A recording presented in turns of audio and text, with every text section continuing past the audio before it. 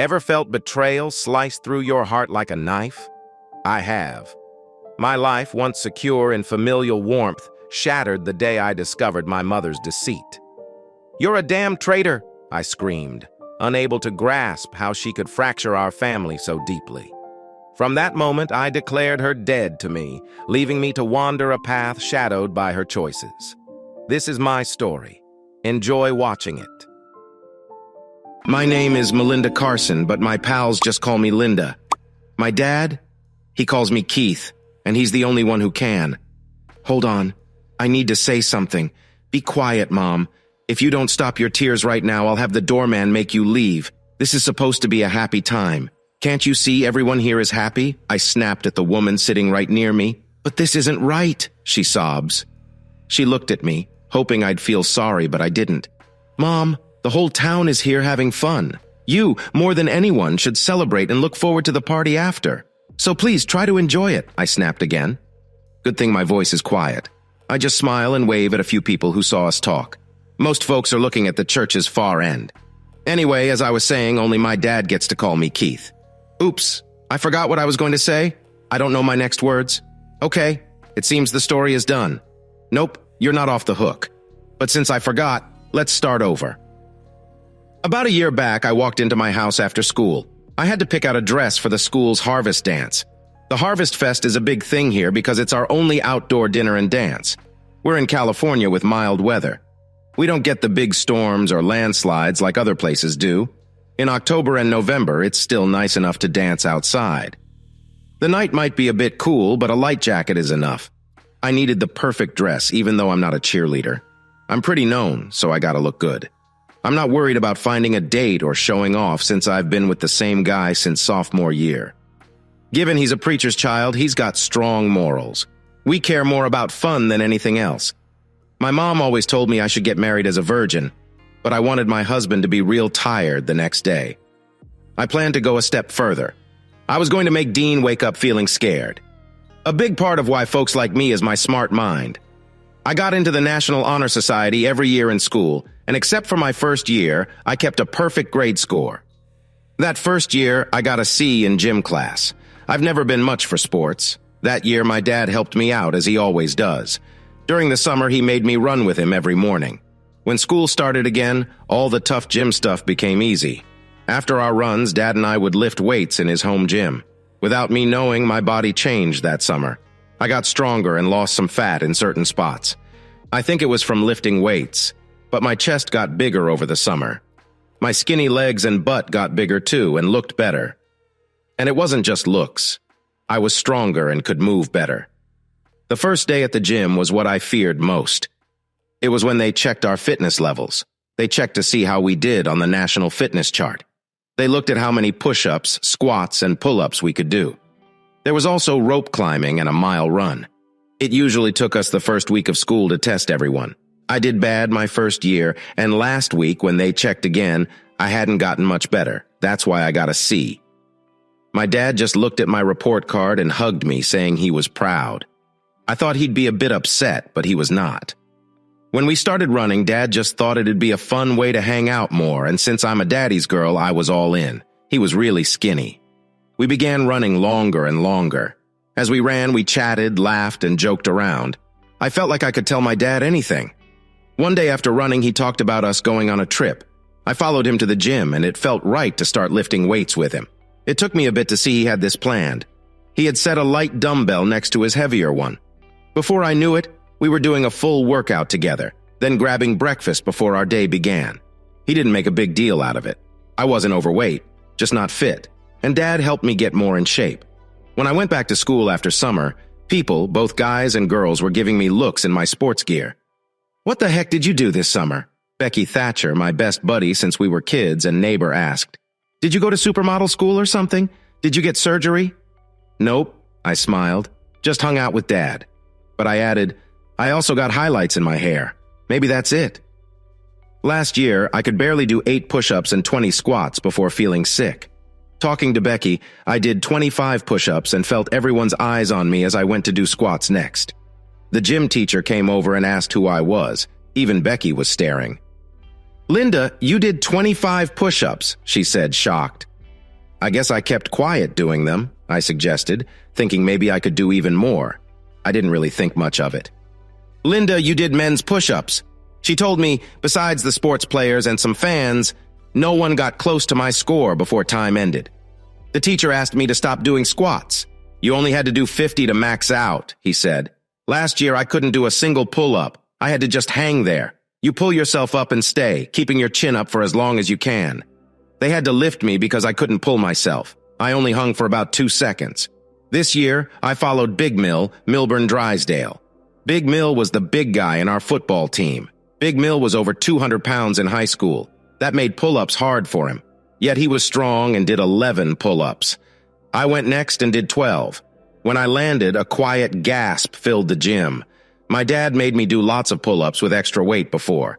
We had a deal that got me a treat every time I did better than before. The next tries were tougher. I used to do 8 pull-ups with 25 pounds extra, so doing 12 without it was not so hard. It was the end of our first gym day. Everyone was now talking about me. Boys who didn't look my way before were now close. Becky liked being the center. We still sat with our usual group. I knew what I wanted in life, so being with smart folks was my goal. I think I never changed in high school, but in my second year, how people saw me did. This was last year, in my final year. Like I said, I was picking out clothes and got home early. My English teacher was ill and there was no sub. Since English was my last class, we got to leave early. As I moved through the house, I heard strange sounds from my parents' room. I was 18. I knew about sex, but hadn't tried it. I thought it was okay for my parents. I knocked on their door and said I'd need help later. Mom helped me dress right. Dad knew how to pick my looks. "Dad, where's the Mustang?" I asked. Dad loved that car. He'd miss it if not around. Then my mind spun. Mom's voice echoed, but not Dad's. I opened the door and got mad. Mom was rushing to dress and my school's head was fixing his pants. "You betrayed us," I yelled at Mom. To him, "You'll lose your job when Dad finds out." I left fast. My phone rang within a block. Mom was calling. I picked up and hung up. I went to Becky's place. I stayed till Dad would be home. Seeing Dad's Mustang, it looked mad. To me, it was just angry with its sharp looks and loud roar, but Dad loved that sound. I used my key and walked in. Mom looked scared. "Hey, Keith." Dad greeted with a hug as usual. Dad hugs me so tight I can feel his love spill out. "You okay, kiddo?" he asked. "It's been rough, Dad," I said. "You think you can trust some folks and they let you down." Mom looked worried when I said that. "Melinda, can I?" She started. I looked at her hard. Dad missed our look. "Dad, we gotta talk," I said. "Sure, Keith," he said. "Wait till after dinner or now?" "After dinner's fine, Daddy," I said. Dad always sees things clear. He makes me feel safe. Others feel the same about him. Dad works with cars. He fixes problems. He's good at seeing things in a new way. "Cool," he said. "I want to fix my car. I might make it less strong to save gas. It's always used a lot of gas." "Go fix your car, dear," Mom said. "Melinda and I will make dinner." She took my hand and kissed Dad. Seeing her kiss him made me feel sick after what I saw. "Melinda, dear," she said. "I know I'm your mom, but don't touch me," I snapped. "Melinda, listen," she said. "Explain what?" I said. "You've always been iffy. Mom and Dad flip-flop. Dad says I can do anything. Like, if I want to be in student council, go for it. You said it's hard because only a few get chosen. You said don't run for prom queen because a cheerleader will win. But Dad gave me a necklace, calling me his prom queen. When I won, he asked if I ever doubted. You were shocked. Mom, you never believed in me. All you did was tell me what I shouldn't do. You filled my head with all the things I can't do. Melinda, your skirt is too short. Melinda, good girls don't do that. Melinda, people will think bad of you if you wear that. When I chose to study hard to become someone who fights for justice in court, you said, Melinda, that's no job for a girl. It's like you always wanted to dampen my dreams. Watch how you talk to me, you said. But am I still yours to guide? I wondered. Are you still my role model? I don't think so. Not if every lady has to be untrue. Dad deserves someone true and loving. Wait, isn't this what you said when I first liked boys? If you can't follow your advice, maybe you shouldn't give it. But then you said, Melinda, I do love your dad. It was just a slip-up. I made one mistake. I'm human too. Please give me another chance. It won't happen again, you begged. But mistakes are quick or happen when you're not thinking clear. What you did was on purpose and probably not just once. It's no slip that you brought a man home and were with him in Dad's bed. You see him every day at work. He's married with kids too. You broke 2 homes over one mistake. Melinda, I'm so sorry, you said. Please don't do this. It will hurt your dad and break our family for no good reason. But you just said it. Why ruin 2 homes just to get back at you? Do you want your dad to suffer? Pick up the phone right now. Call him and quit your job. Find work somewhere else if you need to. But if you see him or talk to him again, I'm telling Dad right away. Hand me your phone. If he calls, I'll be the one to answer. And Mom, I'll be checking the phone bills when they come. From now on, if you call him even once, you know what's going to happen. Also, don't talk to me at all. To me, you're gone. I'm an orphan. I want you to make Dad sleep in another room tonight and no close time with him. Get a new bed tomorrow and say the old one's got bugs or something. I don't care how, but it must happen. But Melinda, your dad will notice if we act different. And it's your last school year. Big things will happen. You might need a woman to talk to. I know you're close to your dad. Always have been. You'll need your mom too, she said. I'll find someone else to trust, I snapped. Remember what I told you? I walked away. I took her purse and gave it to her. Melinda, can I call him? She asked. No, I have your phone. Give it back, I said. She gave me her shiny iPhone. You need to call his house, I said. His wife might pick up. You'll hear his kids in the back. Maybe then you'll see how wrong you are, Melinda. Must you speak that way? She asked, sounding sad. Yes, Teresa, I said. You once said being a lady isn't just about manners, but about acting and speaking right by the situation. Remember? She nodded. Well, when I'm with someone who breaks trust, has no class, and cheats, that's the language for the situation. Also, we're not talking anymore. A lot will happen. When I head off to college next year, the only time we'll get to see each other is when I come back to visit Dad. I have one more thing to ask you, Mom, I said. She looked at me with hope. This is for what's ahead. From now on, whenever something big happens in my life, I want you to be sick, hurt, or just not there. This means I don't want you at my high school graduation. You can't be at my college graduation either. You're not to be at my wedding. And if I ever have kids, I expect you won't be there too. Got it? I asked. She nodded. Call him. She picked up the house phone and called Eddington's number. I have to leave my job, she said then. You need a new secretary. I'm never coming back. Have someone pack my things and send them to me. That someone is not you. Send my last paycheck or put it straight in the bank, Don. Don't call me again or Melinda will tell my husband and your family. Goodbye. Well done, Teresa, I said, though it hurt. What's painful? She asked. Telling your lover it's over? I asked. Does it make you feel sad? That hole in your belly? No, Melinda, she said with sadness.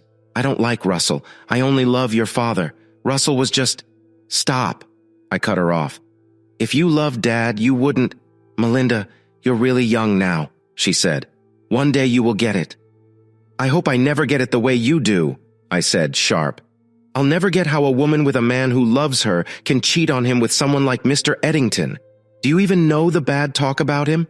I mean, it's clear you're foolish, but are you that foolish? Mom, you're not the first woman or even the first woman in our school he's fooled around with. You're just the latest. I bet he'll find someone else in less than a week. I took her phone and walked out.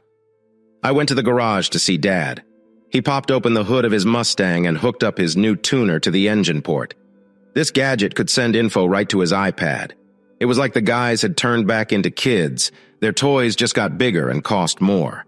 3 neighbors came over too, peeking under the hood at Dad's car. I came closer and he noticed, giving me a smile. Dinner ready? He asked. Not yet, Dad, I said. No rush. My dad was a simple kind of happy man, loving life. Him joking around with the neighbors made me feel bad for even thinking about taking this joy from him. He really put in the effort for us to have a good life. Mom only started working a bit ago when I was big enough to fend for myself. She didn't know how to be a secretary at first, just volunteered at my school. But she got the hang of it, started getting paid, and worked up to becoming Mr. Eddington's secretary. So I kept quiet for the sake of Dad's happiness, not for Mom or Mr. Eddington. It felt right at the moment. The next day at school started off well. Then, in the middle of first period, I got called to the principal's office. That's when the day went downhill. I walked into Mr. Eddington's office. My mom wasn't the secretary anymore. "Come in, close the door," he said. "I'd rather keep it open," I replied. "Just close it, it's a private chat," he insisted. "There's nothing private to discuss," I shot back. "What about your future, Melinda?" he pressed, hinting at my grades and college apps, threatening with a smile that my teachers could start grading me harder. How could he do that, I wondered. "I guess you've got a way out of this mess, right?" I said. He just nodded. "Look, Melinda, the thing with your mom and me, it was by mistake. It shouldn't mess up your job or anything else. Can't we just—" I spun around and slammed his office door so loud it must have echoed to the gym. His eyes popped wide. "Who do you think you are?" I yelled. "What are you, Darth Vader? You trying to scare me that some big space gun's about to blow up my world? Listen, Nicholas, we're in the 21st century. No one's buying these old tricks. So you're after my mom? I'm not as naive as she must be. I got a B+ all my years here except my first. Want to know how? I worked my butt off. I earned it. If my grades began to slip, I'd show my teachers my work and ask them to take another look. They'd need to point out what was wrong and show me work that got it right. Plus, most of my teachers like me more than you, so they wouldn't go along with your game. And you just looked even sillier. 'Cause this—" I pulled out my new iPhone and played back his threat to him. His eyes bugged out even more and he dropped into a chair. "So now I've got proof you trying to keep me quiet or mess with my grades. That's against the law, ain't it?" He nodded. "So it's not enough you've been playing the field here for a while. Now you're threatening kids to cover up your mess. Who scares you the most? Russell?" I asked. "It's Mr. Eddington to you, Melinda," he cried. "Mr. is a sign of respect?" I mocked. "I've got none for you, Russell. I've got your whole sad career in my hands. And you know what's really dumb?" He shook his head before you cut my science class short. "I already made a deal with my mom not to spill the beans to Dad or your wife. So what's scaring you the most? Scared that my dad will get back at you or that you might lose your job? Think about it. I gotta head back to class." Stepping into the hallway, boiling with rage, I bumped into Mrs. Abra, my top teacher. "Are you okay, Melinda?" she asked. Her eyes made it all click. Mrs. Abra was kind of a star at our school. All the boys and even grown men seemed to melt around her. I've seen dudes smack into walls or doors just 'cause they spotted her. A bunch of girls couldn't stand her, felt unfair. Here are all these girls just stepping into being grown-ups, shining like new. They start to feel good in their skin, friends with time and gravity. Then comes someone like Mrs. Abra, making them feel all awkward and small. But take a good look, and you sink even lower. Girls get it drilled in early. We're all different. Each has something cool about them. It's about playing up your good bits and playing down the not-so-good. Say your face shines like a light bulb. You might dress sharp to show off your shape and distract from your face. Maybe let your hair grow. Toss it around to cover one eye or the other. No curves? Maybe you got killer legs. Ditch the bra, go for shorter skirts to show off those legs.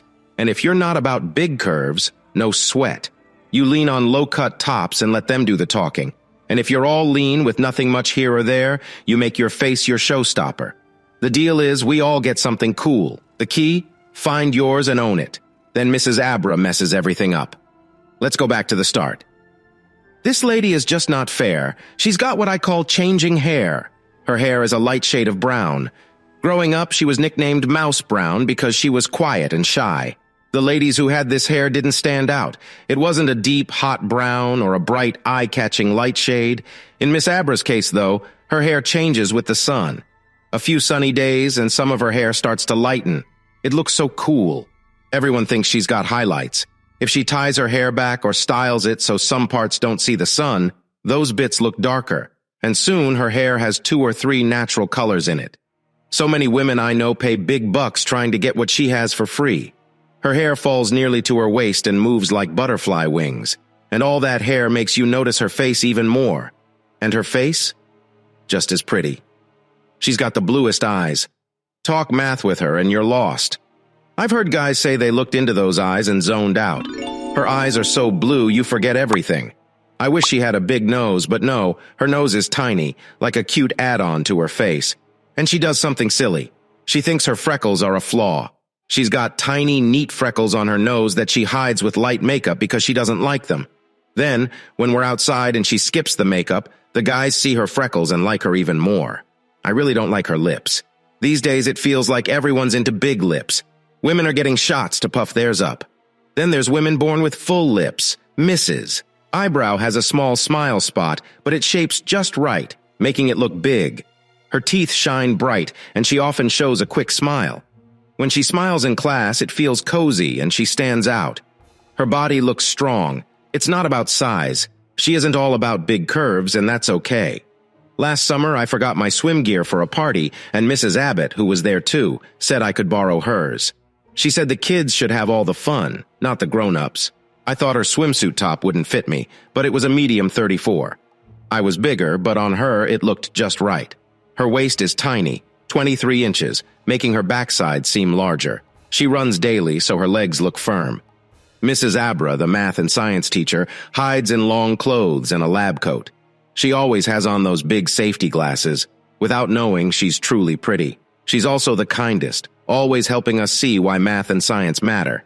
She goes easy on the quiet, smart types. She's not soft on the sports guys, though, benching them for their grades more than once. When a coach got mad and barged into her room because one of his players was failing her class, making him unable to play, she didn't budge. No way she'd make it easy for him. She pushed back hard. Once, the coach tried to get close to Mrs. Abra, but she wasn't having it. She made sure he knew she wasn't into him at all. She even stopped going to events if he was there. Some other teachers tried to ask her out too, but she didn't want to date anyone. The coach got salty and started spreading rumors that she liked girls because she wasn't into him. My mom told me that one of the science teachers said Mrs. Abra was once married. Abra was her married name. Her own name was Troy. Her husband was a friend from when she was little. He joined the army but died in training before he could really serve. To her, it felt like a huge loss. Her husband died without serving, just in training. He wanted to work in logistics like her dad, thinking it would be safe and far from the front lines. But he wasn't used to the heavy machines and ended up crashing a forklift into a storage shelf. It was loaded with heavy stuff that fell and crushed him. He barely missed being hit by a forklift himself, but got trapped under all that weight. "Are you okay, Melinda?" she asked when she saw me coming out of Principal Eddington's office. "Yes, ma'am, I'm fine," I answered. "He really bugs me, trust me on that." She grinned, showing her two bright teeth. "I get that feeling. Didn't think I'd see you by the principal's office. Hope you're not in a mess." "No, ma'am," I told her. "But since you brought it up, I kinda need some tips. You know, woman to woman on fashion and stuff. So you want me to find someone for fashion tips?" she asked. "Well, we could ask Sandy. You know Mrs. Delacqua? She's all about Paris fashion and watches those style shows. See what I mean? She doesn't see her own beauty."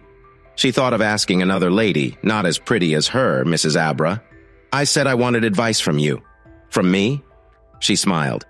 "But you are way prettier than me. I wouldn't know where to start on giving fashion advice.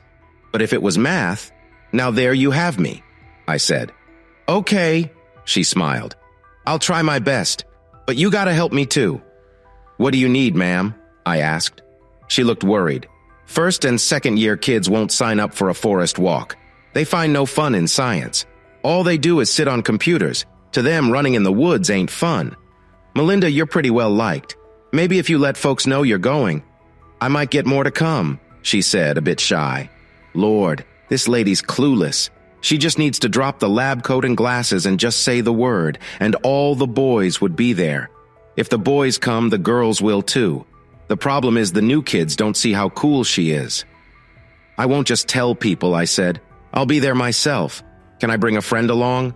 "Sure," she said, all smiles. "The more the merrier. I need a lot of you wandering the forest, collecting stuff for me." That day when I got back from school, I bumped into my mom once more. "Hey, love." She greeted me with a grin.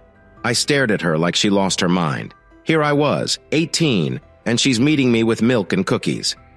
"Hey, Teresa," I spit back. I thought we agreed to stop talking. "Melinda, this is silly," she said. "We're family. You came from me. You're part of me. So we should try to be okay." "Teresa, have you heard the saying you can't go home again?" I asked. She looked puzzled. "What's that got to do with us?" she asked. Well, it's like when folks grow up in a place, then leave and get famous. When they come back, everything's changed. What they missed is gone or not as good as they thought, I explained. She still seemed lost.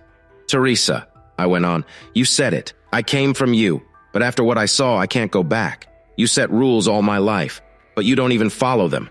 I've got nothing to learn from you now. I can't respect you. So, talking is pointless.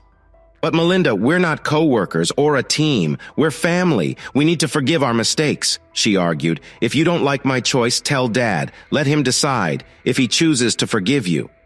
I said, you broke Dad's heart. He loves you so much and does everything for you. What has Eddington ever done? Is he there when you're ill? Who's been your rock? What made you hurt Dad? I asked. Nothing, she said. So, if we do this my way, I said, I'll tell Dad what you've done. I won't talk to you, and you will lose your husband and even your daughter, right? She nodded. Just stop, Teresa. You're already losing. I can't see how you're so hard to forgive, she said. Her voice shook and tears fell. Stop crying, I told her. You said it yourself. I'm just like Dad. I was nice to you. If you hurt someone I didn't love, I would have made it way worse for them. You got lucky. If you stay smart, you can keep him. But if I find out or anyone else you're doing wrong again, it's going to be bad. I stayed in my room till Dad got home. Then I came down for dinner. Dad chilled after eating. Then I asked him if he felt like walking or jogging, just as we were getting ready. Mom asked if she could join. You don't run, do you? I smiled at her. I could take your old bike. She smiled. So we all could hang. My bike's tire is dead, I said. But if you want to hear about school stuff and have me try to get Dad to some of it, that's cool. Maybe we can talk about what happened yesterday, too. If my bike's tire is bad, I can't come, she said suddenly. My butt's too big to run. I love your butt, hun, my dad said. He kissed her and it made me feel sick. My mom smiled at me after that kiss and tapped her own butt. She thought she won. When Dad went to change, she smiled at me. See, Melinda, he's not hurt. He loves me just as much. And guess what? I love him too. I would never hurt him. He's who I want to be with forever. Just wanted some fun, she said. It'll be fun when he leaves you, I said, smiling back. She just nodded no and went to clean the kitchen. Dad and I talked while we ran. He shared work stuff and dreams for his car. I told him about the dance and Mrs. Abra's trip. I got him to say yes to coming with me. He said he'd make Mom join too. I told him I asked her, but she had other plans. So on Saturday, Dad and I skipped home breakfast and got something to eat on our way. We were eating when Mrs. Abra drove up. She had a new kind of Pontiac, a try to make an old car new again. But it didn't catch on like they hoped. It looked too much like other cars they made, not enough like the old muscle cars. Dad got out of his car and walked around hers. He checked the wheels, brakes, and pipes, then stood back to look at the whole car. Mrs. Abra came over to me. This is my dad, I said.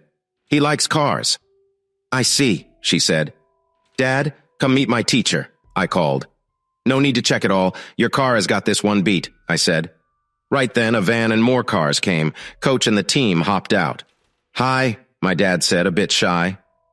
I'm Jim Carson, Keith's dad. Elena, she said. She held his hand warm and a bit too long. Just a little bit, but it was a start. Can I ask you? Dad started, but then Coach came up to us. Look, Beauty, he said. I brought my guys to help. More and more cars came, kids and some with their folks or little ones.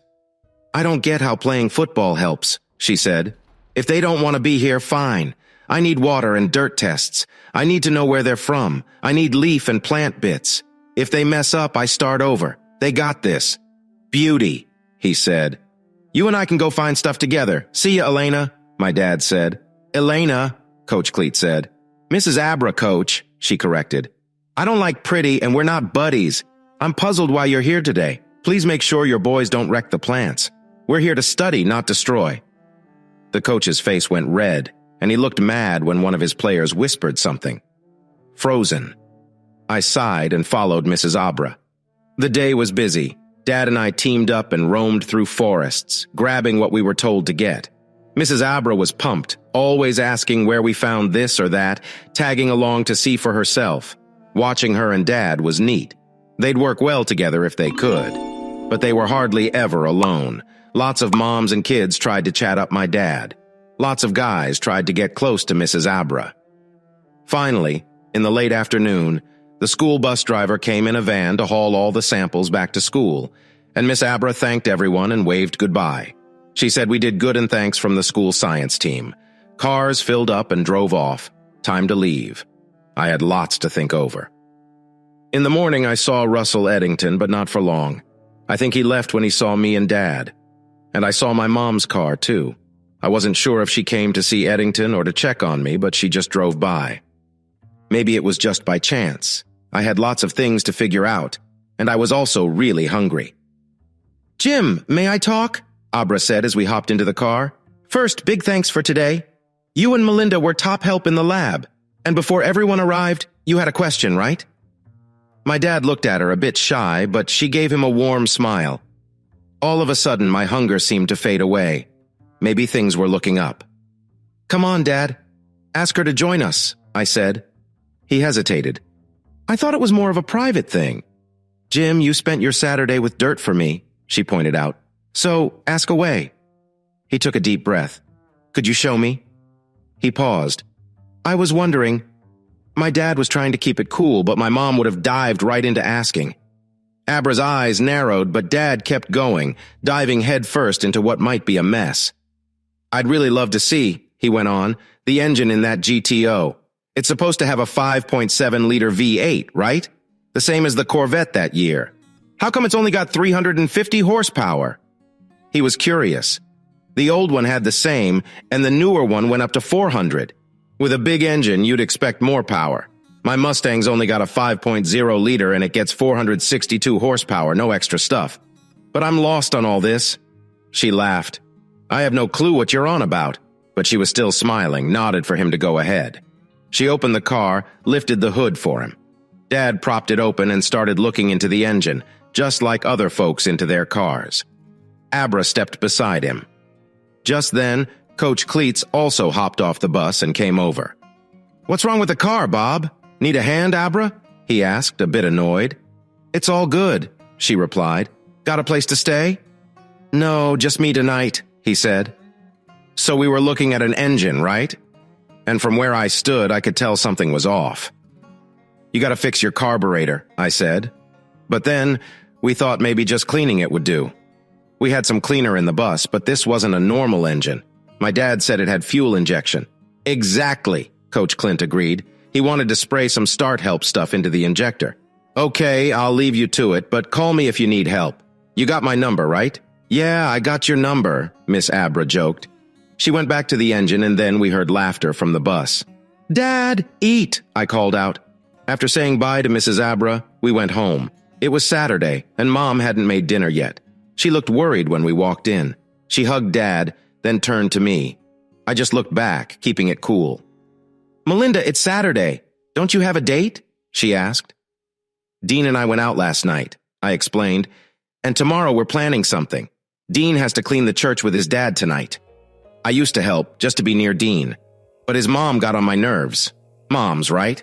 Mom put up her guard. "I didn't mean anything by it," she said. "You're a pretty girl. You should have fun. It's your last year in school. You gotta get serious for law school next year. You work hard. I just want you to chill, too." "Mom, fun isn't everything. Hanging out with Dad today was great. And helping a teacher felt good, too. I'm going to college next year. I want to spend as much time as I can with Dad. So you always said family first, right? And you told me to stand by my man. Kinda like that song by Tammy Wynette. Dean is kinda stuck with church stuff because of his parents. They're big on it. We're not much into religion, but we don't want to upset them, so we go with the flow. Being with Dean means I gotta stick by his side. That's what you said, to put my relationships first. That really got to her when I said it back. I liked using your words, Mom, I mentioned. Girls who run around with too many guys end up alone, you said. That hit her hard. Well, I didn't make dinner. She shifted the topic. She thought, since I might be out, she and Dad could just order pizza, watch some pay TV, and see what's on. That sounds cool, I replied. I grabbed Dad's hand and pulled him from the kitchen. I'll get the pizza, Dad. You find us a good movie. Just no sappy love movies where someone dies or cheats, please. When Dad went to get the pizza from the door, he chatted about his Mustang. Mom took this chance to speak up again. She said it would be good to have the night with Dad alone. How can things get better if you're always here? I was blunt. First, get checked for STDs before you think about touching him again. Second, I saw you near the park when your lover was there. If I catch you talking to him, it's over. And third, I thought we agreed not to talk much. Right after I said that, Dad came in with the pizza. I'll grab drinks, he said. Mom and I just smiled and nodded. She even touched my shoulder softly. Dad didn't notice a thing. He stays cool unless his family or his car are in danger. As soon as he walked into the kitchen, we were fighting again. Touch me again, and we're done before you know it, I snapped. Melinda, give me a break here. I'm not out to get you. I know you and Dad picked lawyer for you, but you look at me like I'm on trial. Even bad guys get to be called not guilty until it's sure they did it. She said, Mom, you had a deal, right? Think of it as a promise with Dad. You were supposed to stay true, right? I asked, but she tried to dodge. No buts, I said. That means trust and sticking by him, right? Yeah, she admitted. You broke that, I said. We don't need clues, 'cause I saw it. Caught you right in the act, is that true? Yes, she snapped. But can't I fix things? Mom, that's like kid thinking. If someone steals, even if they give it back and say sorry, it's not over. Even if a robber gives back the money, he still faces jail. How can you fix this mess? I've been nicer to you than you deserve. Dad has to know. You might be moving back with Grandma soon. And Mom, you won't keep the house. Most folks think the house always goes to the lady, but Dad paid off the house all by himself. Your name's not even on it. And usually the house goes to the parent with the kid. Since I'm off to college soon, if Dad supports it, a judge might say I should stay here till I'm done. Make no mistake, Teresa, I'm old enough for a judge to care what I think, and there's no question who I'd choose to live with. I grinned at her. So you end up with Grandma, and she'll be mad when she finds out why you're getting a divorce. Dad will likely skip asking for child support and your half for school costs because you can't pay, even if you try going back to that job at Eddington. But you can't, because he hired a younger, nicer-looking secretary in just 3 days. So at 38, you're stuck without any job skills, just old ones. You're staying in your mom's basement with debts growing. I bet Dad won't let me drop out of school for this. You don't pay your part, and he probably won't make you pay child support. Your lawyer will sort it. Dad doesn't pay you child support, but covers all my school bills. Does this sound okay to you? No, she yelled. I'd be broke. I've got no skills. I quit school to have a baby who now doesn't care about me. I made one slip-up. Why should I lose my home, my family, my marriage, and my daughter over one mistake? Mom, mixing up the wash is a mistake. Sleeping with another guy in my dad's bed is way worse, I told her. My face was stiff. My words were sharp.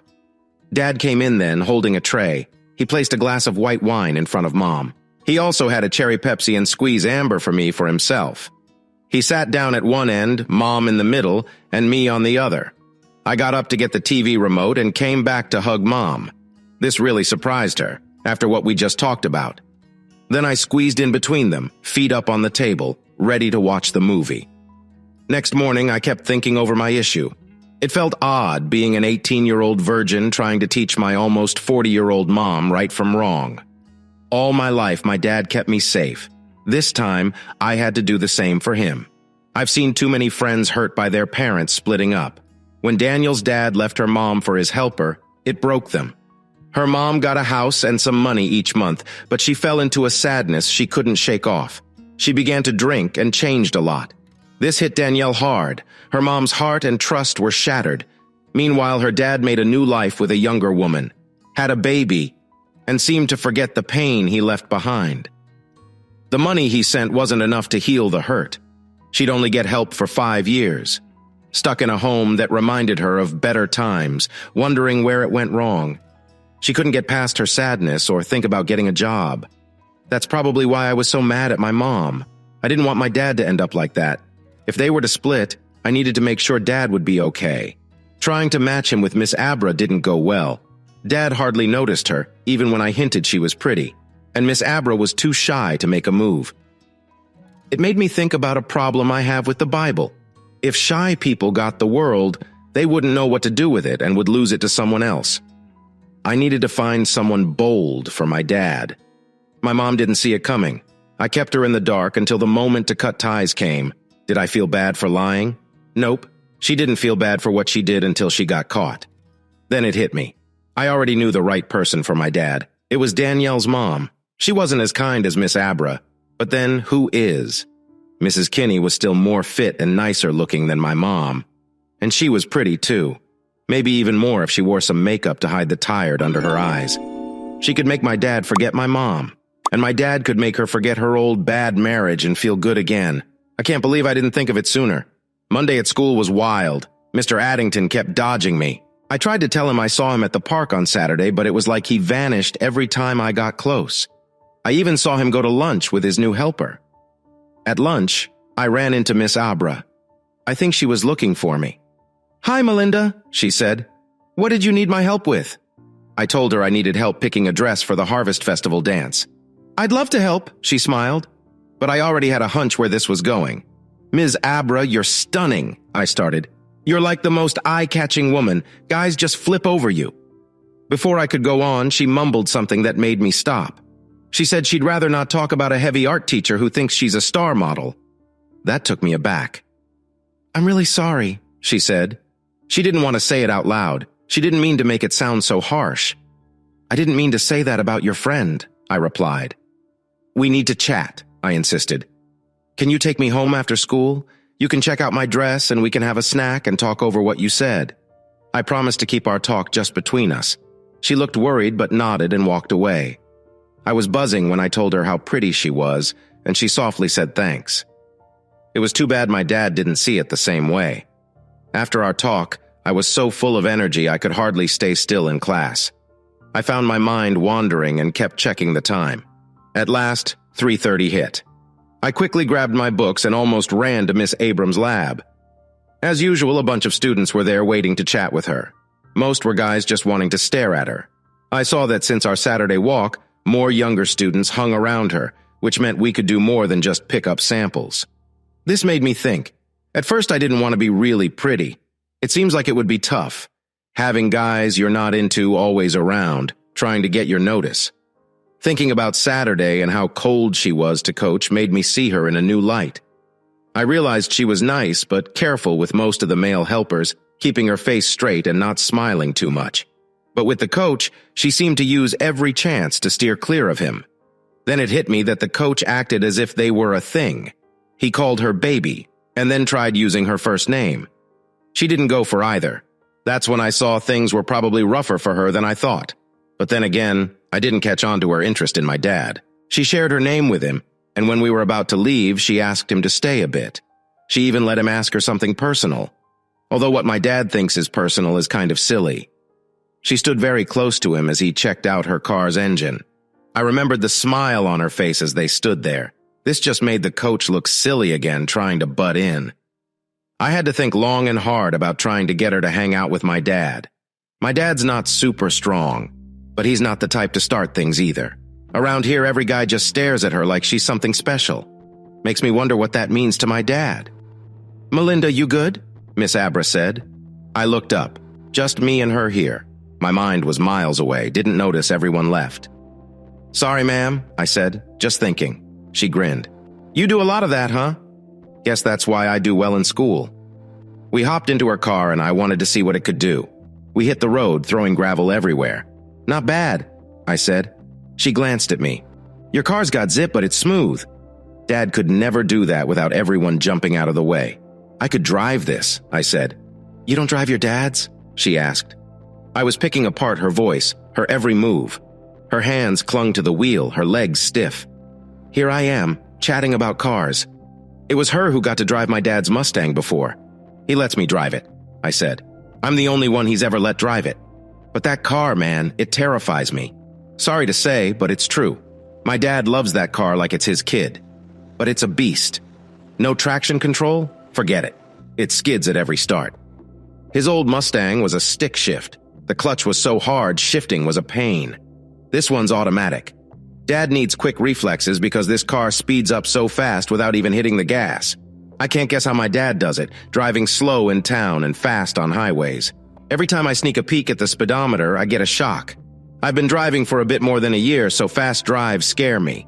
I once drove on the highway and thought I was going around 60. Our family car starts to shake if you push it past 65, but then cars looked like they weren't moving as I passed by. I glanced at the speedometer and saw I hit 90, but the car felt steady. She seemed happy, liking the speed. When we got home, we parked behind my mom's car. We went to my room. I showed her some outfits and she checked them before saying a thing. "They're all nice," she said, "but what counts is you in them. Melinda, you'll look great in any of these and probably be among the best dressed at the dance. I'd skip these two unless you have a cover. Even if it's warm in the day, it gets cold at night." Our talking must have been loud because my mom came in and joined us. "Hi," she said. "Didn't know you were back, Melinda, or that you have a guest. Mrs. Abra, nice to see you." "Hi, Teresa," Mrs. Abra said. "Call me Elena. Just hit me. Haven't seen you in a week. Are you on vacation?" "No," my mom said, looking at me. "I quit. Can I get you something to eat or drink?" "No thanks, Teresa. We plan to go out to eat. I didn't catch that you quit. We usually throw a party when someone leaves. Must have been sudden. I doubt anyone knows yet. Then again, working with Russell like you did, I get it. That man gets under my skin. He's worse than bad sports gear. Every time I stood in front of him, I felt like he was trying to guess what I looked like with no clothes on. Women must be crazy or really want trouble to be with him. I don't envy his wife one bit." My mom looked worried. "Enjoy," she said, and went back to her stuff. I tried on both dresses, and we liked the blue one more. Then I got dressed again, and we went to Wendy's. As we ate burgers, she dropped her first question. "Melinda, if your mom is around, why didn't you ask her to help choose your clothes?" "We'll get to that," I replied. "Can we handle the big stuff first?" "All right," she said with a grin. "Melinda, you'll be a great lawyer. You catch on quick." I nodded. "I'm not trying to be mean or anything, but this matters to me." "Sure," I said. She was still smiling at me. "You like my dad, right?" I blurted out. She choked on her fries. After a big gulp of her drink, she stared at me, shocked. "No way," she whispered. "I don't wreck homes. I just watched her." She fiddled with her fries, all nervous. "Nobody will find out we talked about this," I promised. She looked at me.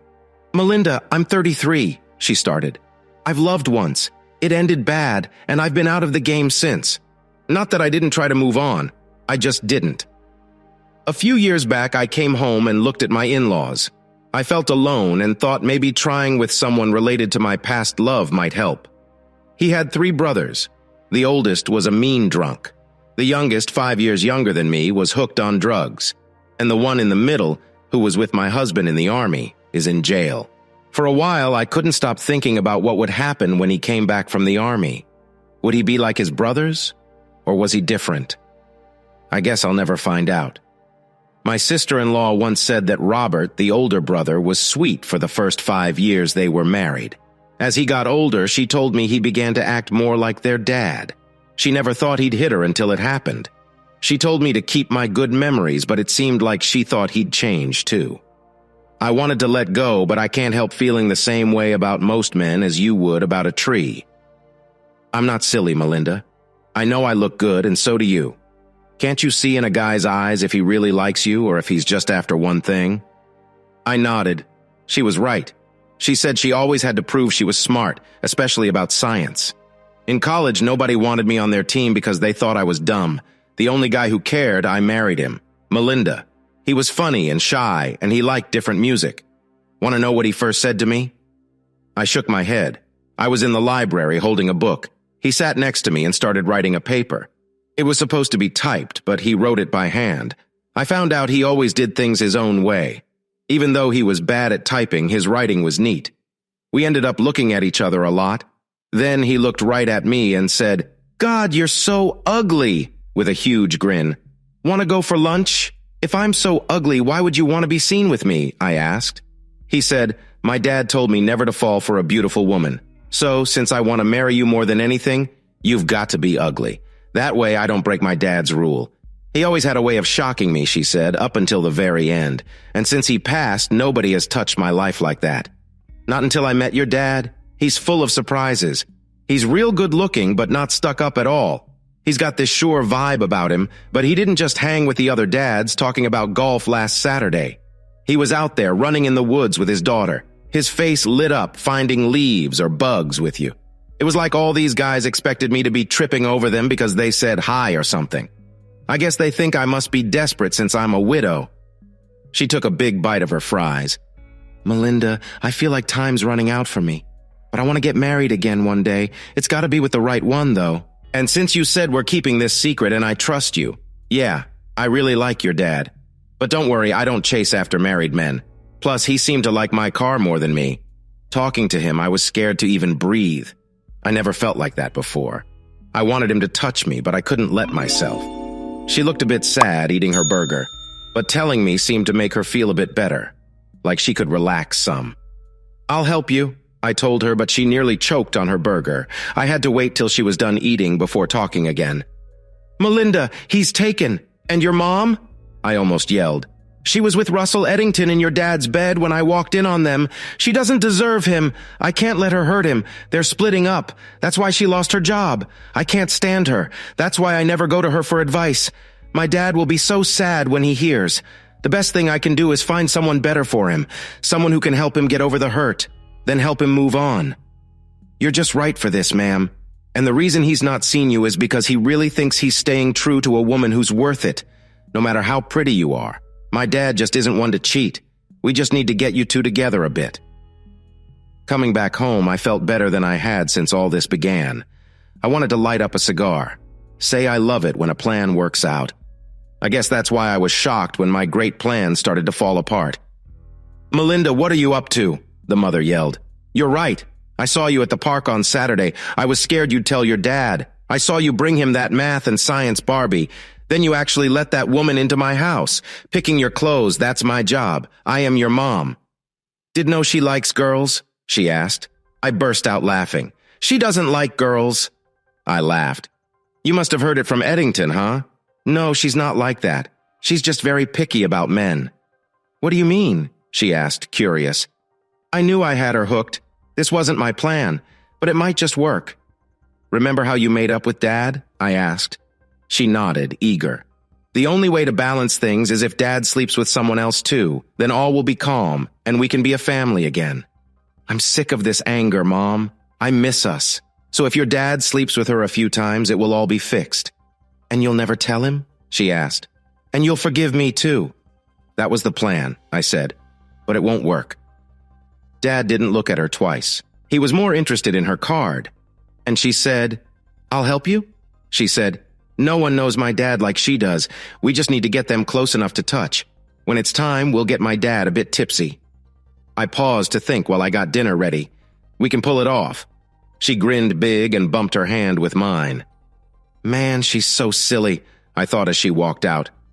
The next day at school, I spilled the beans to Mrs. Abra, or Helena, as I like to call her, since we were thick as thieves. I shared the latest news. I talked about how my mom first thought to bring them close. We had to throw a party, kind of a pre-dance for the harvest dance. It was for the younger kids to learn how to dance with a partner before the big day. Most of them were good at solo dancing, but not much at dances where you need a partner, like at the Harvest Festival. I got Helena to sign up to watch over the dance, and I said I'd try to get my dad to come. Once they were there, I managed to get them dancing together. It brought us a step closer to joining them. The funny bit was, this whole plan popped into my mom's head as the pre-dance night got closer. I saw my mom getting more worried every day. I wasn't talking to her much, but I did chat about the plan. She had some neat ideas for after the pre-dance. Anyway, there was something special in the air that night. Before heading out, I let Mom put a flower in my hair. While waiting for Dean to pick me up, both Dad and I were surprised Mom wasn't coming. I got a bit mad and pulled her aside. I kinda wanted to have her over, watch my dad dance with Helena. I wanted to see her feel awkward, watching a woman who was younger, had a better figure, and was prettier than her, try her best to charm my dad right before her eyes. Both Helena and I were sure my mom didn't really love my dad. No matter what she said, she wouldn't admit it. First off, she cheated on him. If she really loved him, she wouldn't do that. Then, she didn't come clean when she got caught. The worst part was she was okay with letting him be with another woman, even planning it. She didn't care about him at all.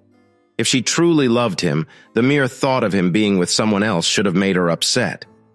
There she was, in the kitchen, with Dad upstairs and Dean in the living room. "Why don't you leave?" I asked. "Go get ready now." "Melinda, you don't want me there," she replied. "Think about it. "Your dad's shy. He won't dance with Helena if I'm around." "He'll see it as a slap in my face. Plus, you have to make him think Helena feels sad because no one wants to dance with her. He won't dare to ask her otherwise, no matter how pretty she is." I had to admit she had a point. I hadn't thought of how to get him to dance with her at all. I didn't see it coming. My mom had outplayed me. Gosh, I was just 18. I couldn't juggle all these things, and she was crafty. While Dean and I drove to the dance, he tried to chat, but my head was elsewhere. So much could go wrong. I reached out and held Dean's hand. He's so good for me. His calmness reminded me of my dad. That's a big reason why I cared for him so much.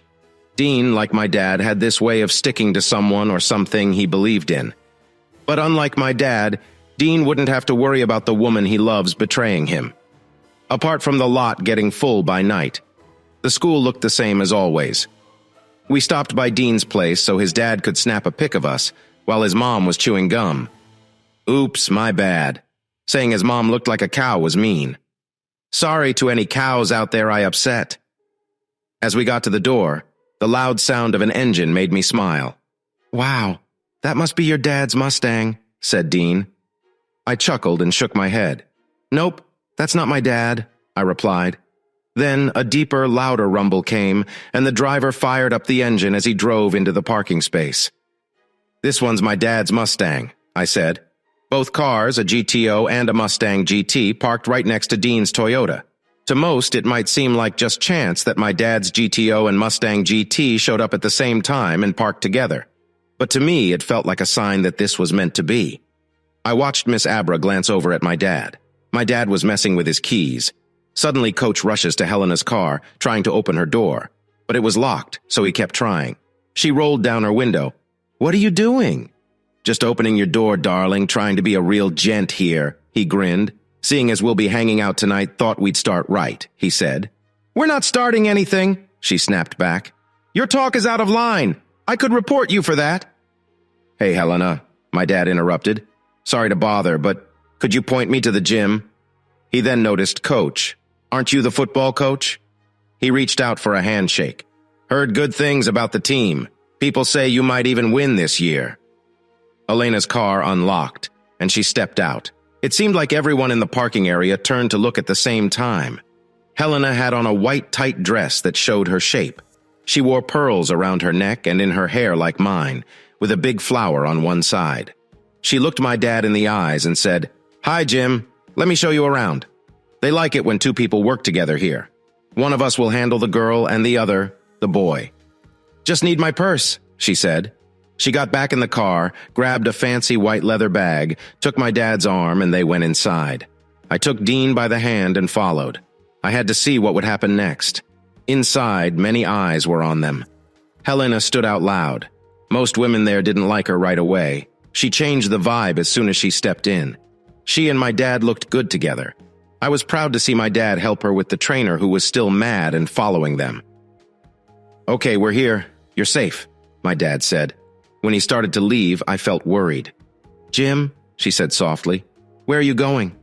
"I was just helping you away from that guy," he said. "I'm off to check on Keith," he said. She took his hand again. "You saved me. Now you're stuck with me. And good job with Melinda. She needs her space. She's smart and can stand on her own. I think we need a bit of care," she added. My dad looked shy but sat with her.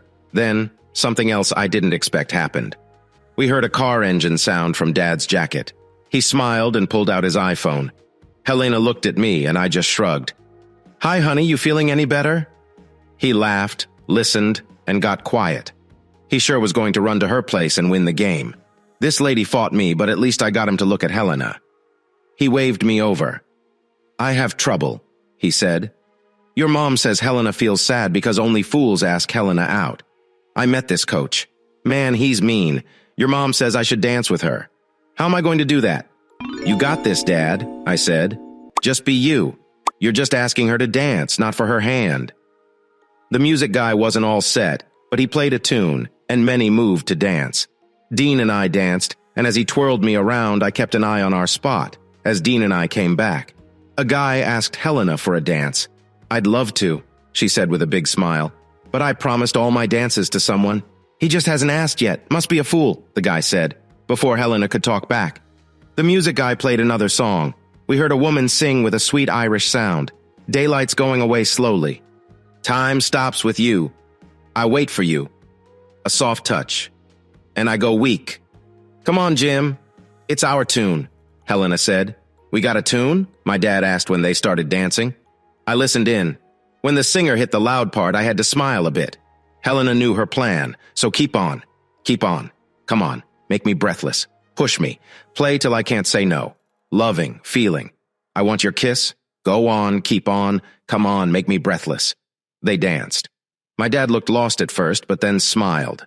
I knew things would be fine. Looking at Helena, I knew he was with the right one. She started dancing all proper, but then real slow pulled him closer. When not dancing, they sat and laughed, talking at the table. Elena was on top of the world. She shone bright. Many guys tried to get her look, but she only watched my dad. She caught my look and said nothing, out of breath. Even though my dad didn't know it, he was on a great first date. We had been there for about 3 hours. Then, the dream broke. Someone must have spiked the punch because Coach Cleats got mad and drunk. He walked over to our table, and Elena. Elena talked and leaned in. My dad. Coach Cleats, big and tall, stood over them. He looked mean as they smiled. Elena, come dance with me, he said loud. This guy took you all night. You're wrong, Mr. Cleats, she said. I chose to stay. Do you know how many ladies wanted to dance with him? He said no to them all. The coach got angrier. My dad got up, planting himself between Elena and the coach. Listen, the coach hissed. I know it hurts, but just because Eddington is with your wife doesn't mean you can ruin my time with my girl. Then, my dad's punch flew, hitting the coach's face fast. The hit was so strong it sent the coach flying down on the ground. My dad's face mixed with shock, rage, and hurt. He looked around, lost. I didn't know what to say or what to do. This wasn't in my plan. I never thought anyone but me would tell my dad what was happening. Then, a drunk, jealous fool messed it all up. Just when I thought it couldn't get worse, it did. 3 cops made their way through the crowd to my dad. He reached out, ready for cuffs, but they just looked at him. Sir, are you James Carson? The first cop asked. My dad nodded. Sir, we need you to come with us, please, the cop said. Do I need to wait to get to the station to call my lawyer? My dad asked. The cops looked at him as if he was nuts. Sir, hitting that drunk guy isn't our concern. This is a private event. Security handles things here. We only step in if called. We came because your wife had an accident. She fell, my dad questioned. No, she was in a car crash, the officer corrected. She wasn't driving. The guy with her is badly hurt too. We'll lead the way, Jim, Elena said. I was relieved she took charge because I was still shocked and felt terrible for my dad. All my plans meant to protect him from pain failed. Dean and Elena escorted me out of the school. Everyone watched us. Elena tossed me her keys, telling me to follow. She drove my dad's car after the police. Her tires screeched loudly, but she calmed down quickly. I did as she asked, with Dean behind me. What puzzled me most was how my mom ended up in that mess. She was supposed to be home. We entered the hospital's waiting area, then were taken to a room on the 3rd floor by the ORs. That worried me. My brain started racing. There I was, waiting for news about my mom's surgery. But all I could think about was how this would mess up my dad's plans. Dean was a solid support, but Elena's reaction caught me off guard. I expected her to stay back, maybe show a bit of concern. Yet she looked really shaken up, and we didn't even know what went down yet. I gave her a hug, assuring her things would be all right. Then, a lady walked in with 2 little kids, greeted Elena, and sat far across from us. Elena barely said hi back, her gaze fixed on the door. Sitting there, I thought about all the ways things could turn out and how they might mess with my plans. The worst thing I could imagine was if this accident made my parents come back together. I could see them, all teary, talking next to her hospital bed, him saying he'd forgive her if only she'd get better. Then she'd blurt out that I knew about their secret the whole time. This could wreck my bond with the one I love most. Despite all my careful plans, this was turning into a real nightmare. The door to the operation area swung open. The doctor stepped out, my dad right behind him before I even noticed the door. I stood up and walked over. I hugged him and he wrapped his arm around me as they kept talking. What struck me was his face. My dad was trying to stay calm, but he was really mad. I moved in to catch bits of their talk. I caught something about a hit to the head near the airbag, then something about needing reconstructive surgery to fix her face if she pulls through. Also something about not getting why her head ended up there. Then I caught a phrase about a jaw and a bite. That last bit made everything click for me.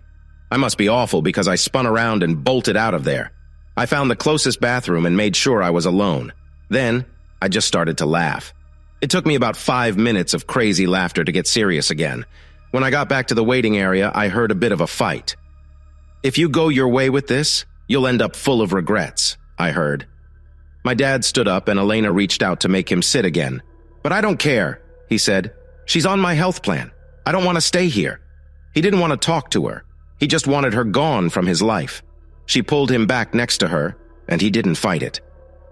Listen, I know talking to her is the last thing you want, she said. But if you really want her gone, avoiding her won't fix anything. He looked at her and she hugged him.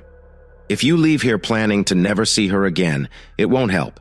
Maybe lawyers can handle stuff so you don't have to talk. One of you will get the house and that's it. No more seeing each other. He nodded. It's not that easy, Jim. She kept going. I saw my dad calm down as she spoke, and the woman across the room was listening too. In the real world, when people have been together a long time, they're connected. The biggest link is your daughter. She's got a lot of big moments ahead. You'll probably bump into each other. Are you saying you'll skip Melinda's wedding just to avoid her mom? Or are you mean enough to stop her mom from seeing her get married? My dad bit his lip and crossed his arms. Elena took his hand again. I'm not done here, she said. Even if you ignore her, there's something else. People call it closure. I don't like that word because feelings and people don't just end. In years, even if you sort everything out, you'll still have so many questions. For your own peace, so you don't regret things, you need to talk to her. I was worried Elena might not stick around, and my dad, he wasn't so strong either. Things were changing so quick. In just 5 minutes, I was lost. Elena was talking about spending forever together with Dad as if it was a done deal. And Dad? He didn't say no. This is what I wanted. Yet how it happened was not how I planned it. I guess I shouldn't be mad. I just wanted Dad to leave my mom, who wasn't true to him. I hoped he'd find someone better, someone who'd really love him. Looks like he found her. I need to make sure things stay right. So I decided to step back. I thought, let's see how it goes. Life has a way of fixing things. Now I'm all jittery and pumped. Elena told me to cut the coffee. Really, she said to just take a break, get some air. Come back in an hour, we'll wait together. She's in the OR for an hour more, right? She'll be in care for that long. So you got time, but don't vanish on us. I want you back in an hour. He started to say something. Melinda and I got this, she said. We can handle the paperwork. I gave him a smile. He hugged me tight. I sat by Elena. Go, Dad, I cheered. Elena's right. Driving helps you chill. When Dad was heading out, a woman reached out to him. So sorry for your hurt, she said. Dad just nodded, barely listening. Then I saw who she was, Russell Eddington's wife. As soon as I sat, Elena started. Melinda, I thought you were the planner. But your mom, she topped us all. She won the game. She made your dad think she was sick so she didn't go to the dance. She told you she did that because if she was there, your dad would be too afraid to dance with me, right?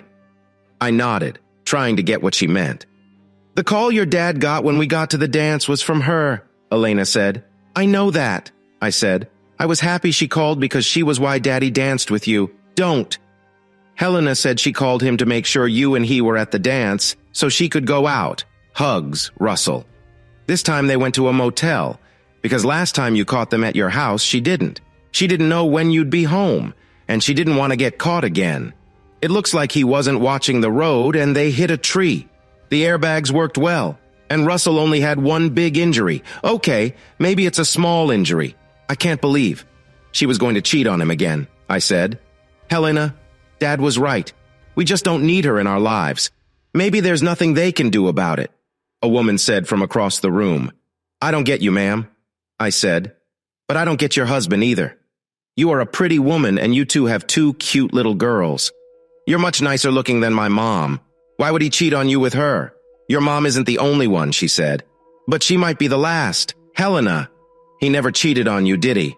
Of course not, Helena said like it was the most clear thing ever. But he tried, right? His wife asked. Helena nodded. The only good thing about him is he brings in money. My girls and I need that kind of safety. My idea was to wait until my girls are old enough to get the situation and then split up. Now, this could all be up in the air. I'm pretty sure your dad is going to bring up Russell in his divorce case. She said she might sue him, and he could lose his job. I thought about getting my share before it's all gone. I felt bad this mess hurt your family, she told me. Just then, a thought hit me. Soon, my dad came back. Dean said bye to his folks and left. He hugged and kissed me quick, then waved bye to all.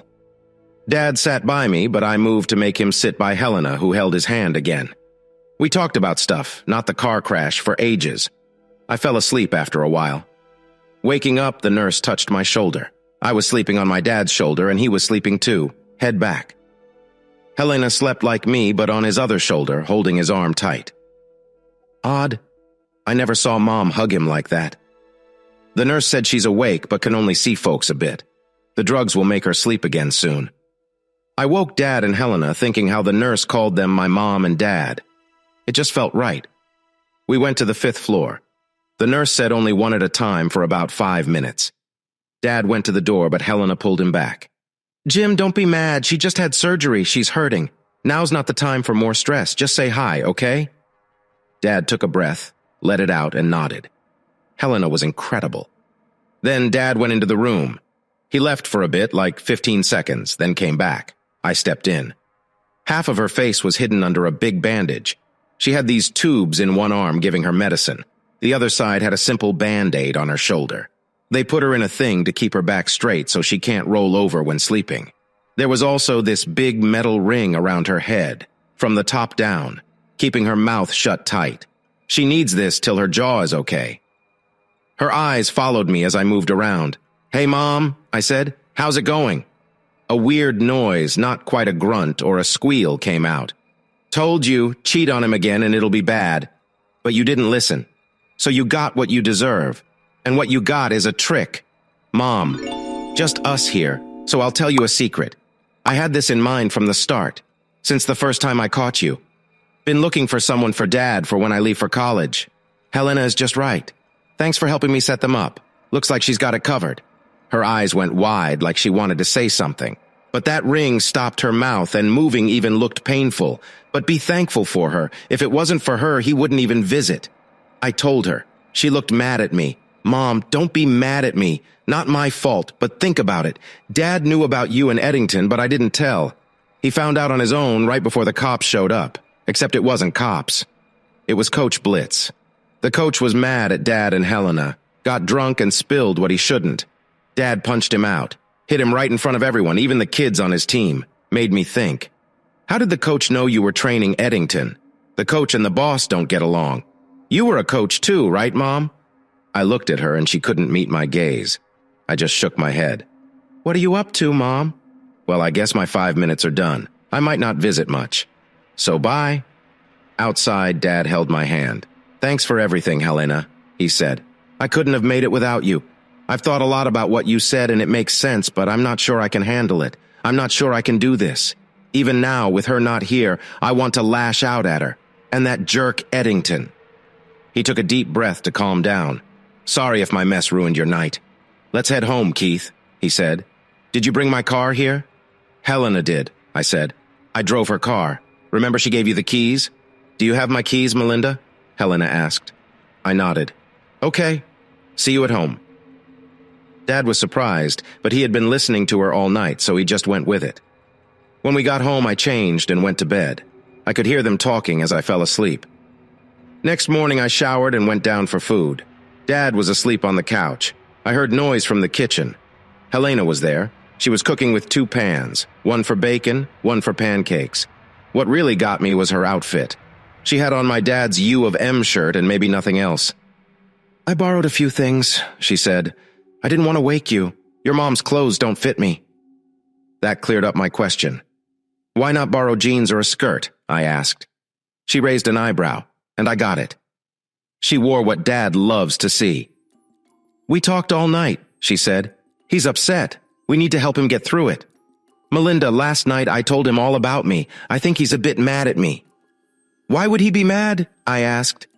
I had to be true with him, she said. I don't want secrets, so I told him I was at the dance for him. I've been following him since we met in the woods looking for stuff.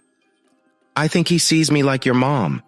He thinks I'd go after a married man. The only way to show him I'm not bad was to tell him who said he was free. And I couldn't do that without outing you. If I wasn't sure she was one of us, that talk did it. Don't worry, Helena, I said. Things will be fine after breakfast. She nodded, picking up the tools to cook. I took over. Pancakes aren't my thing. After breakfast, then Helena grabbed some of my sweatpants, blue ones matching her dad's hoodie she loves. She made lunch, and despite Dad's fuss, led us outside for a picnic. We went back to the woods where it all started. We all opened up. Helena even told Dad she loves him. The hardest part was seeing Dad still mad, unsure how to deal with what Mom did. He kept telling Helena she was pretty and hinted he'd like her if not for... We all got what he meant. Helena asked about Dean, and I pointed out it's Sunday. Dean needed to be at church until noon. We left the park heading home. Then a call from the hospital came in. Mom woke up wanting to see Dad. He gave the nurse his grandma's number and off we went home. We stopped by Elena's place for clothes. How long are you staying? Dad asked. She just looked at him funny. We then spent the rest of the day watching movies and chilling. After church, Dean came over. We all sat together watching films, chatting, having a good laugh, and eating. I noticed Helena kept close to my dad. The next day, it was back to reality for me. I had to hand in work and take a test. I got a lot of looks all day. My teammates kept coming up, yelling or laughing too loud. They even pretended to hit me. I got the scoop just before lunch. No one really knew what went down at the dance. Not many heard what Collins told my dad, but everyone saw how it ended. Oddly, it wasn't until today that people noticed. Collins was in the hospital too because he broke his bottom bone. An assistant coach took over our practice. Later, we had a meeting in the hall. The vice principal told us Principal Eddington had an accident during the weekend and would be in the hospital for a while. She said we should keep going like he's still around because that's his wish. She urged us to pray for him, but I'm glad I didn't. Someone asked how long he'd be gone. She said she didn't know, but he'd return as soon as he could. Another question popped up about how bad his injuries were. That made me chuckle. When I got home, I checked the fridge. I had cooked a couple of times before, so I decided to whip up dinner tonight. I had loads of time since Dad was still at work for about an hour and a half. I was shocked when I heard a car. Even more when I heard a knock. It was Helena at the door. I let her in, and she walked straight to the kitchen. "What are you up to?" she asked. "Burgers," I said with a smile. "I'll make them and Dad can cook them when he's done with his run." "He's running?" she asked. I nodded. "Okay, what are we making for? A party?" She guessed. I just shrugged. "How about a big salad?" she suggested. "We'll throw in whatever we find. If you don't like it, leave it out." I agreed. We got a big bowl and started cutting up veggies, onions, and mushrooms. "Do you think he'd mind if I joined him for his run?" she asked. "I think he'd like it," I said. And she did. When my dad got back, there she was in her running gear looking good. They returned, showered, and we all ate together. At dinner, we chatted, steering clear of the obvious topic. After, Helena said her car was acting weird, making noises and losing power. Dad checked her car in the garage while Helena looked over some papers with glasses on. My grandma called, saying she wanted to visit. Dad welcomed her. When she arrived, Helena was taking a long bath. Grandma was curious why Dad didn't visit Mom in the hospital on Sunday or today. She turned to me, thinking Dad stopped me from seeing Mom. "My mom had a crash," told Grandma, "but it wasn't even our car. Why was Dad so mad?" He explained it all to Grandma, who was nearly floored by the news. She said sorry to my dad, and he told her that he made sure she got the best care. But he was still too mad and hurt to see her. Then my grandma left looking shocked as she drove away. A week later, we all went to the Harvest Festival dance. I was with Dean and Dad came with Helena. At the dance, Helena looked even more amazing than at the practice. How people treated them was the big change. Everyone knew they were a pair. No guy dared to ask her to dance. I think it was for two reasons. First, because she was always by my dad's side. She even held his hand while they ate. And people were still talking about the coach thing. I heard some guy say, "Man, if you ask her to dance, her guy will knock you out." The night was great. Helena felt free to be her true, nice, and funny self. She wasn't bothered by guys all night with my dad there. Her smile and the sparkle in her eyes grew a lot. She mostly smiled at him, and that's just right. Even after the dance, things were different. She didn't need to hide behind lab coats and safety glasses anymore, and guys noticed her more. But every night, she waited for my dad at home and sometimes visited him at his work, like she couldn't wait to be together again. This went on for a few weeks. Both Dad and Helena said they'd take me to the hospital if I wanted. Dad also said I could use Mom's car or the Jeep he uses in winter if I wanted to go alone. As for Helena, they were almost always together. Only work or sleep kept them apart. Their love story, if you call it that, was very sweet and simple. I've never seen them kiss. I knew Helena liked my dad, but I wasn't sure how he felt about her. Then one night he came back and she was gone. He didn't ask me, so I kept quiet. He looked all over the house and then outside. He didn't speak, so I stayed silent, but I secretly filmed him searching the house and looking out the window. When she finally came back, he acted like it was all okay. "Hi," he said and went to the garage. Helena gave me a weird look. "What did I do?" she asked. I told her, "Why didn't you tell him? We had a meeting at school today?" She said, "It's time," I said. "Time for what?" she asked. "Elena, Dad's stuck. It's time for him to come back to the real world. He doesn't even visit his mom. She's been in the hospital for a month and we haven't seen her." "I can take you to see her if you want," Elena said. "Forget it," I said. "I don't want to see her. Maybe he doesn't either," she said. But by how she looked, I knew she was ready to stand up for my dad. "Take it easy, Elena. But we both know he needs to start some kind of breakup or something. He can't just forget about her and hope she goes away. She texts me every day and probably him too. As soon as she can talk, she'll start calling." "And what about us?" I said. "What's wrong with us?" she asked, her face turning red. "Elena, he really likes you a lot," I said. "You know it. I like him more than that," she said. "There," I said. "But he won't say he feels the same." "How do we know he really feels that way?" she asked. "Maybe he just sees me as a friend." I showed her the video. It was of him moving around the house, peeking into each room and always looking out the window. What was he searching for?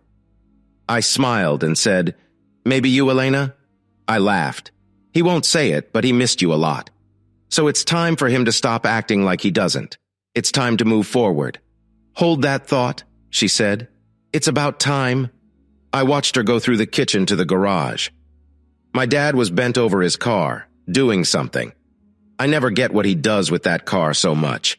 It's like he chats with it. But she touched his shoulder and he stood up straight. She hugged him, pulled him close, and kissed him. At first, he just froze. But then he hugged her back and kissed her too. Seeing them made me wish I hadn't been such a rule follower, and that Dean and I hadn't promised to wait. Watching them made my knees weak. Principal Eddington came back to school the next day, and the coach came back a week later. The coach walked slowly and hunched over. Eddington stayed in his office.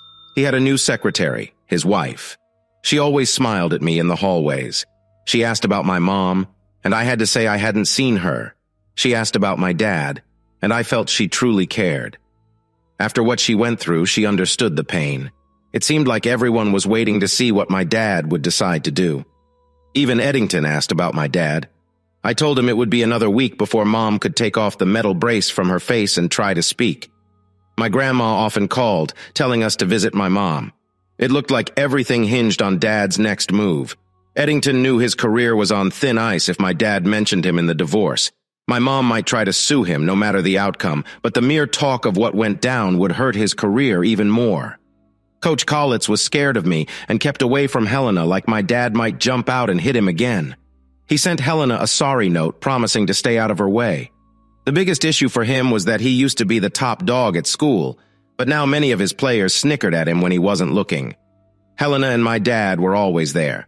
She was almost living with us, but they didn't share a bed. They might as well have, since many nights I would find them asleep on the sofa, clothes on but close, like nothing else mattered. At last, the waiting ended. I picked up the phone to hear my mom's voice. "Hey, Melinda, can I talk to your dad?" I was stunned, but handed him the phone. He stood up straight and changed as he talked. He hung up, Helena held his hand, and he gave a nervous smile. No point in waiting any longer. The battle was on. The next day he saw her. From his words and my grandma's, when he walked in, she was up in her bed. She looked thinner and had makeup over her bruises. She was still sharp, but it didn't hit the mark this time. "James, it hurts that you haven't come to see me," she said. "How can we fix what's between us? We don't talk. I know I messed up big and it's going to be tough to get past this. In fact, I don't think we can do it on our own. I have a therapist here in the hospital. She does family talks. Next time you come, maybe bring Melinda, and we should have a session with her." My dad didn't say a thing. He put a pile of papers next to her on the bed. She saw them and cried. "No," she said. "We don't do that. We need to talk." "Okay. Let's get Teresa," he said. "Tell me why you did this. How did our daughter catch you with that man in our bed in our house? How did she have to try to save her dad's heart, and then he had to fix it all when I found out? And tell me how that silly coach found out what you did to Eddington. How Melinda caught you and you said you'd stop, but you didn't." "Talk, Jim." "I'm sorry," she said. "We have to work through this. I won't do it again, I promise. You told Melinda the same thing. He said there was nothing more to say. Find a lawyer, Teresa." The next day, my mom got the divorce papers in the hospital. My grandma said a young girl walked in, chewing gum and holding a folder. "Teresa Carson?" she asked. My mom knew it was coming and just reached out her hand. Then the fight started. For weeks they argued. My mom wouldn't agree to the divorce and even said things about Dad. She said he moved his girlfriend in, which was kinda true. Elena, the girlfriend, felt bad. The day after, she went back to her place for the first time in a long time. But Dad went to get her. He said she should stay with us. The arguing went on for weeks. I couldn't take it anymore. I asked Dad when he was meeting Mom and her lawyers again. He said the next day. That night, I went to see my mom. I told her she lost her dad. He would never take her back. The best she could do was to be nice. The Pope changed his mind and dropped his first plan. Now he had no offer. He just wanted her gone.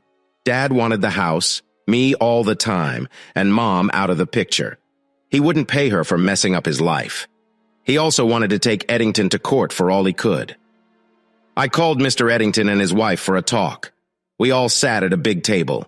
Dad and Elena on one end, Mom and her lawyers on the other, and Mr. Eddington and his wife on one side.